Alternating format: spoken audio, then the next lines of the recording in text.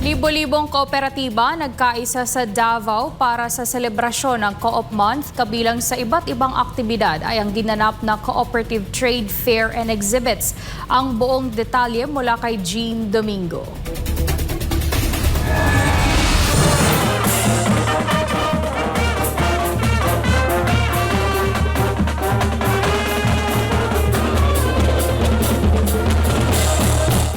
Matagumpay at makulay na ipinagdiwang ng daan-daang kinatawan mula sa iba't ibang kooperatiba sa reyon ang Co-op Month ngayong taon.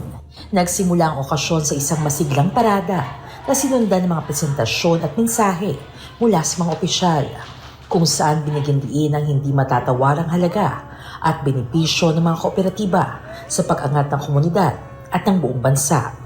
Kasunod ng parada, nagkaroon ng mga presentasyon na tumatalakay sa mga bagong inisyatiba at tagumpay ng iba't ibang kooperatiba sa rehiyon. Tumuon ang talakayan sa kung paanong ang modelong pangkooperatiba ay patuloy na nagbibigay ng alternatibong pamumuhunan, trabaho at serbisyo na direktang nakakatulong sa mga miyembro at sa pangkahalatang publiko. Pangunahing panauhin ng tagapagsalita si Konsehal Al Ryan Alejandre na kumakatawan sa lokal na pamahalaan. Nagpaabot din ng mensahe si Acting Mayor Sebastian Baste Duterte sa pamamagitan ng kanyang kinatawan, kung saan mariin niyang binigyang diin ang kahalagahan ng mga kooperatiba bilang puwersa ng pagbabago at pag-asa. Let this milestone further embolden all cooperative stakeholders to exemplify integrity, professionalism, and social responsibility as we pursue our shared goal of equitable and sustainable economic opportunities, social justice, and active economic participation in the years to come. Daghang salamat, signed by our Honorable Mayor Sebastian Baste Duterte. Daghang salamat ug maayong buntag.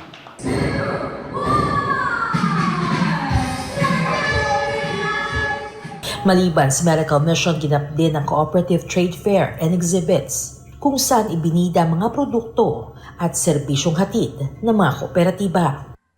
Today is we are having our cooperative trade fair and exhibit. So we showcase the products and services of our cooperatives here in Davao City. So this is very important para makita naman ng public na wow, ganito pala yung ating cooperative movement sa Davao City. As you can see, ang daming products and services na nandito ngayon. So that's why I'm inviting lahat pumunta kayo dito sa Victoria Plaza ngayon.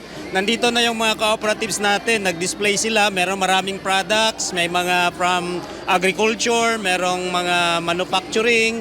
Meron din tayo dito yung malalaki nating co-ops, pwede kayong magpunta dito para magpa-member. Hassle-free na dito, malamig, maganda yung lugar. Actually, ma'am, we are celebrating yung Davao City na as part ng ating Cooperative Month celebration. But as you can see, may mga co-ops tayo na originated outside of Davao City pero meron na silang mga branches here in Davao City. That's why nandito rin sila, kasali sila sa ating trade fair and exhibit.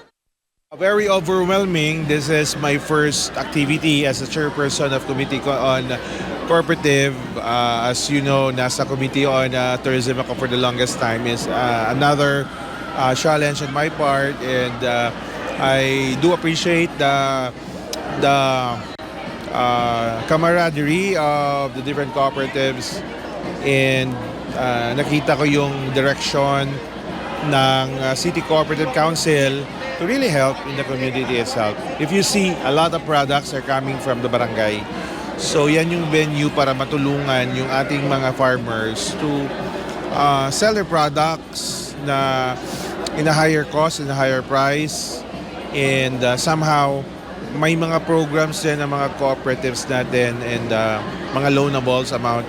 And syempre sa city government, we also grant loans sa mga cooperatives natin.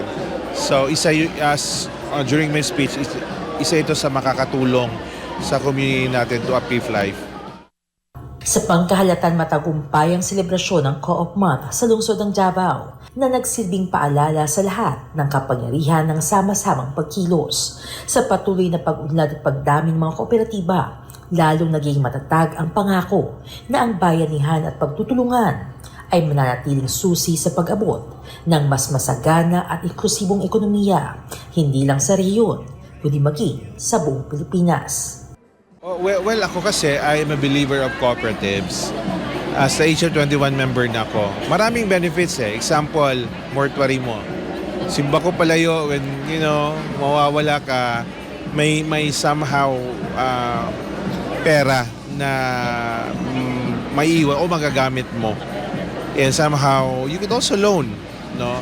And medical benefits also.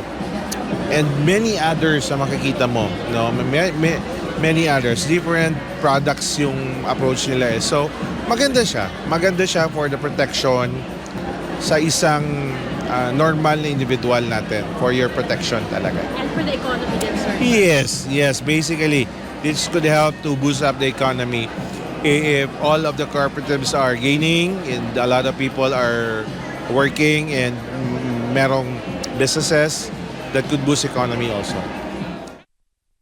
Again, we are inviting all the Davaoeños, even yung hindi taga Davao, pumunta ka ngayon dito sa Victoria Plaza. Meron kaming cooperative trade fair and exhibit.